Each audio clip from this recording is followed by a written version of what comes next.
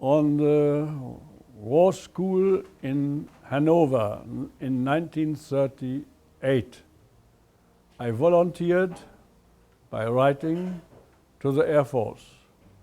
I didn't want to stay anymore with the light artillery and with horses and things where I thought you would never see the enemy, because with your guns you have been more or less always behind a coverage, except observers.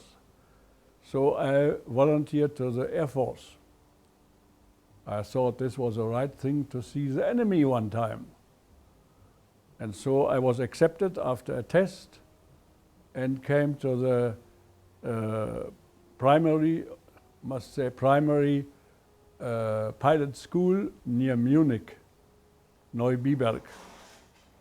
There I learned to fly the smaller planes, biplanes, class 1 weight, and then it was called B2, and then I was transferred to another airport north of Munich to fly the heavier planes, the B1, and also C1 with twin engines.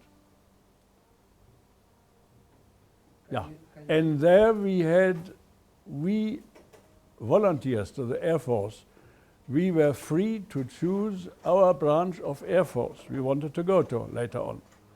And I chose the dive bombers. But this, my report, was so to say neglected, and I came to a fighter school. And it was a fighter school of Verneuchen, east of Berlin. And there I made a fighter course. And then I was already, and during the fighter course we were asked again, we should become fighters only if we were with heart and blood, real fighters. And who wanted else should step forward. And I stepped forward and said I always volunteered to the dive bombers, but this obviously was not agreed to. And there came an officer forward, a senior officer, and said, if you really want that, I have a good connection to the Air Ministry. I think we can achieve that you come to the dive bombers. All right, I said, I want so.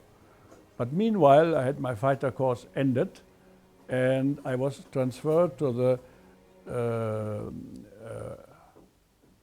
training squadron of Messerschmitt 110, the so-called Zerstörer. It was a heavy fighters. Well, I entered there,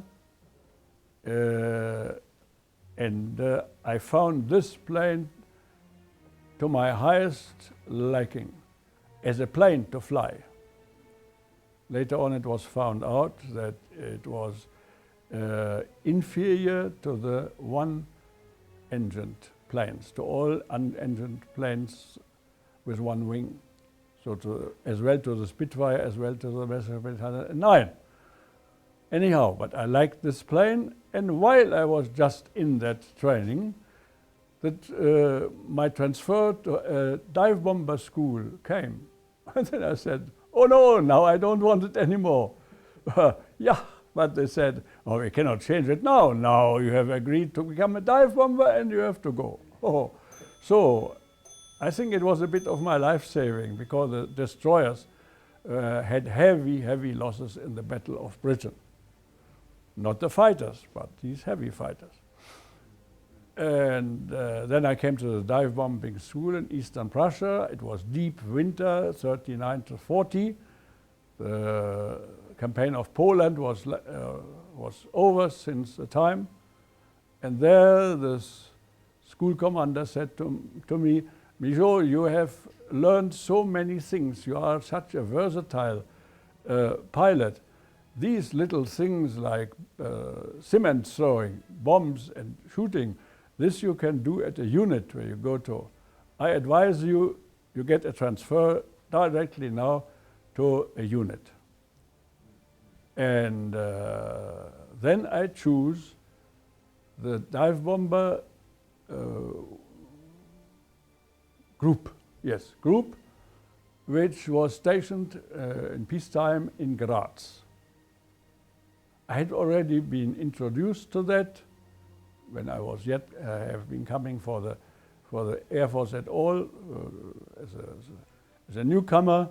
So I knew this group, and this group at this moment, after the campaign of Poland, was stationed north of Nuremberg in Herzogenaurach, and there I joined it. In the fighter school, first we had to run through the two-wing plane, the Heinkel 51, which, by the way, had been fighting in the initial days in Spain. And then we came to the first types of the Messerschmitt, the Messerschmitt B. Yeah, we all were shooting at first targets on the ground. And later on, we had been shooting at balloons which were dragged through the air by another plane on a long rope. The comradeship, by the way, was very fine on the fighter school.